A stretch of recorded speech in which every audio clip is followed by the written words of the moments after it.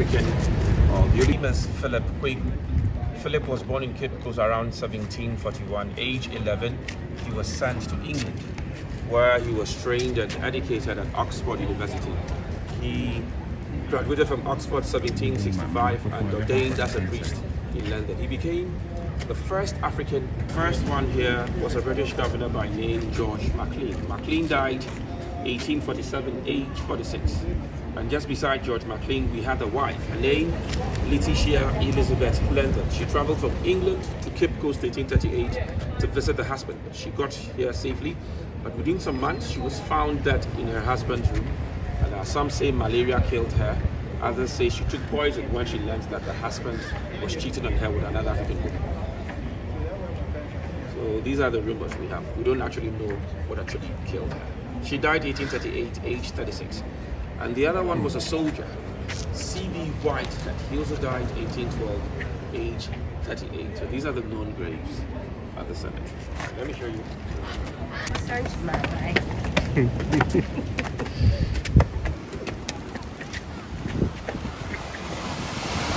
Historically, this land changed hands 5 times. Portugal occupied this space around 1555 to the 1610s. Portugal left, Sweden took over. 1653, Sweden built a fort. They called it Carolusberg. They also used it as a trafficking post. Denmark attacked Sweden around 1658. Holland attacked Denmark. And England attacked Holland 1664. So the British took over, built this. The British lived here from 1664 to 1957. So if you do the math, the British lived here almost 300 years. Wow. They left here just about 67 years ago. They left 6th March 1957 when we had independence. Yeah. So was there? So the slave masters, as you can see, they were very security conscious. They knew that what they were doing, they also had enemies. So they protected themselves with the cannons. Those are the bullets of the cannons are the cannon balls. And they shoot these guns at enemies or people they consider threats. Sheep or individuals that poses any threat to them. Hey, slave driver. Again, this exit was also closed. The British closed it because during the high tide, when the sea was rough, some of the water entered. So from the tunnel, the men were forced out that way and out right towards the door of no return. So I'll show you the female dungeons. I'll take you through the door of no return, but surely we should all return. In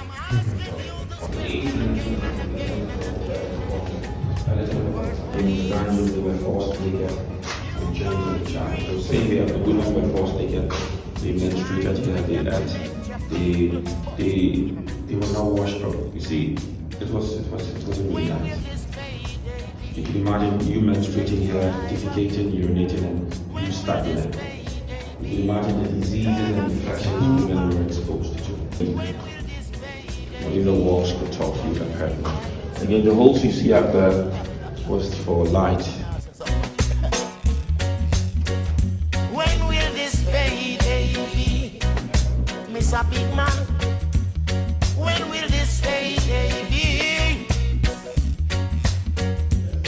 When will this payday be for all these retired slaves? So when you look at the slave route, it starts from the north. And when I say north, it can be northern part of Ghana or northern part of West Africa.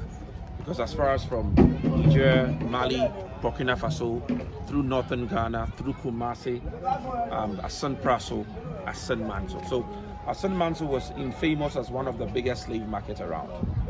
And there was a river there they called the Slave River because that was where the enslaved Africans brought from these areas were washed, their bodies smeared with oil so that they would look attractive in the eyes of whoever was buying. Yeah. So what will happen here is there are some local slave traders, local people who will go to Asan Man to buy and sell to the Europeans. Or Europeans will contract some of the local people to get the people. Or Europeans will go there themselves and get the people and bring them. So we say they took their last bath because you took your last bath there in the dungeons. You want it's a trading post, right? They either trafficked or kidnapped. Yes, like a transit, so that they keep people here, wait for the ships to come, So when the ships come, they'll take them out, put them on the ships, Send them where they were trafficked to countries today we call America, Jamaica, Barbados, Brazil, Suriname, Antigua, St. Thomas, and all that. So you were sent there to work on plantation farms. My poor father worked down here on this great plantation. So they didn't get no pay for all their wasted days. Tell us now, when will this payday be, Mr. Slave Driver? When will this payday be? Turn us this hour. When will this payday be for all these retired slaves? Time also, the trafficking of Africans ended. And when it ended, we entered into something called colonization. So when colonization started, Cape Coast was Ghana's first capital city. And Cape Coast Castle was the seat of government. So again, these were offices for the various colonial appointees. The governor's residence is up there, you see it. But on 19th March 1877, the British moved the capital to Accra. So let's have a look at the condemned cells. The doors are quite low, so I will urge all of you to watch your heads. The story about this cell is that it was a slaughterhouse. So a lot of slaves have died there, especially stubborn slaves that have fought against leadership, against their slave masters. It is not lighted. The original state is very dark, no ventilation, no sort of... the only opening is the entry, and you'll be locked here until you die.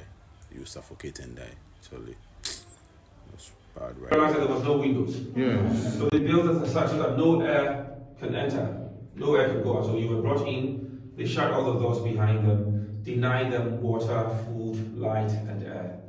Until the last person, you were kept in here to die.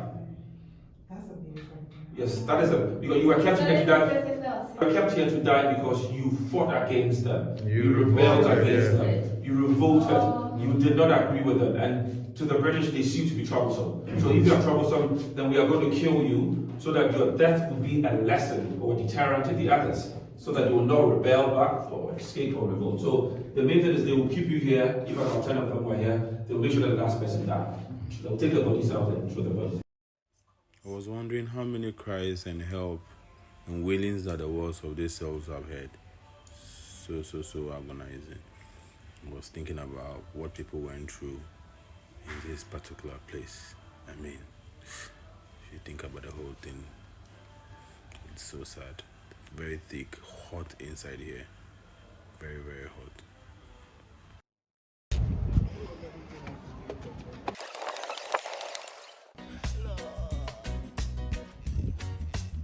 Will this payday be Monday? Will this payday be Tuesday? Tell us now. This payday be Wednesday? Wednesday can be the word.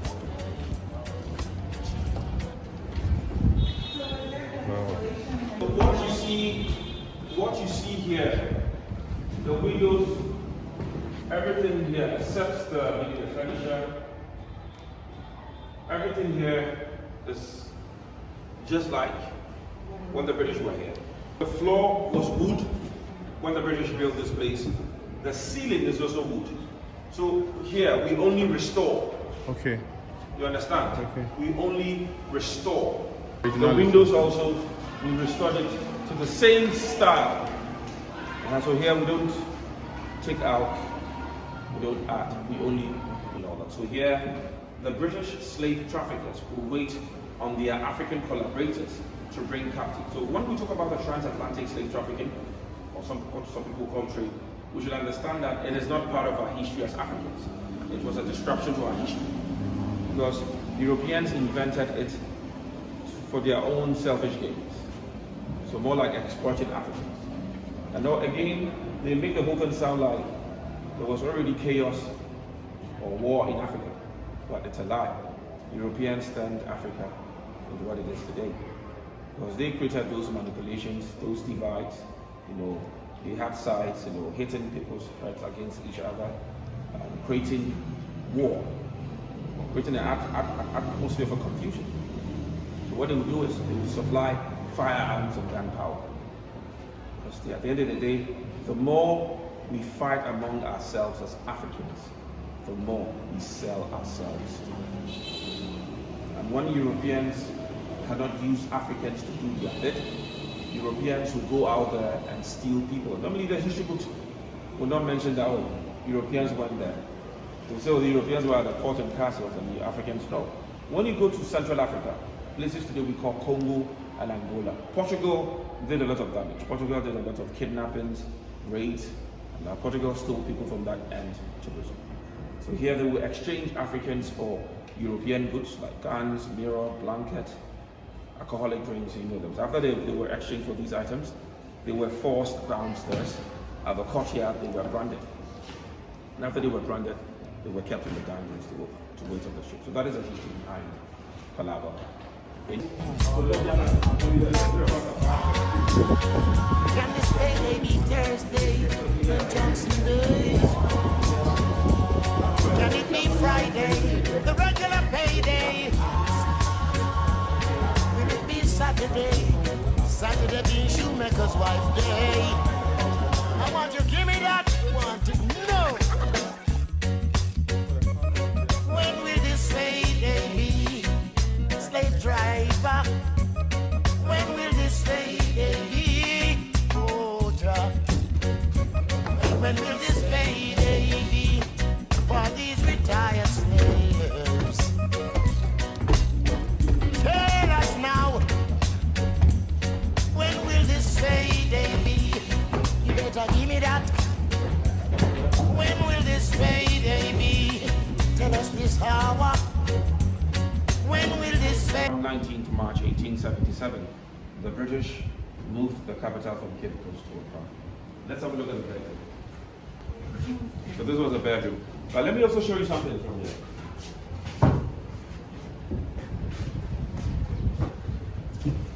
Alright, so up on the hill, there's a fort. So this particular structure, the structure with the arrow, that is a fort, and the purpose of that place is security was stationed there to overlook the whole area for possible threats of enemies or intruders or anyone who might want to attack the slave traders. That's how wise these people were. So they overlooked the whole place. Yeah. Right to attack them.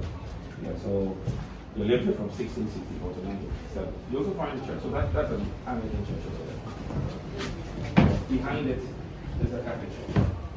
And on the right side, that is the Methodist church. These are some of the first church buildings. And that was the garrison of the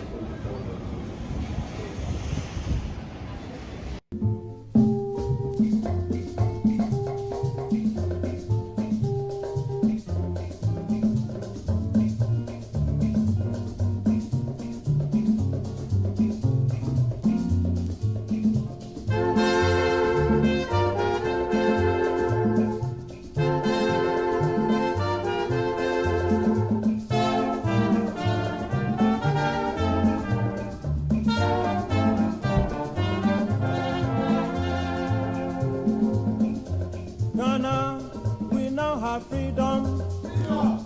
Ghana, land of freedom. Toils of the brave and the sweat of their labors. Toils of the brave which have brought results.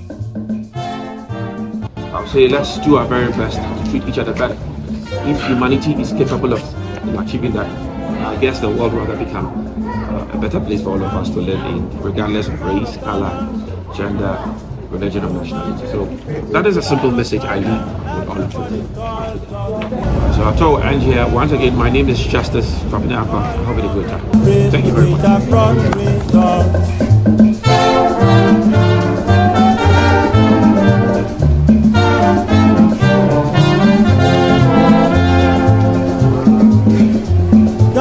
My name is Marvin Inogiro. I learn a lot, I see a lot about the past. Yes. And yeah, what can I say? it's just some kind of things you don't even believe that happens, you know, and you get to experience it today. It's still part of it is still like shocking to me. Yes. Yeah. I have to process some of them.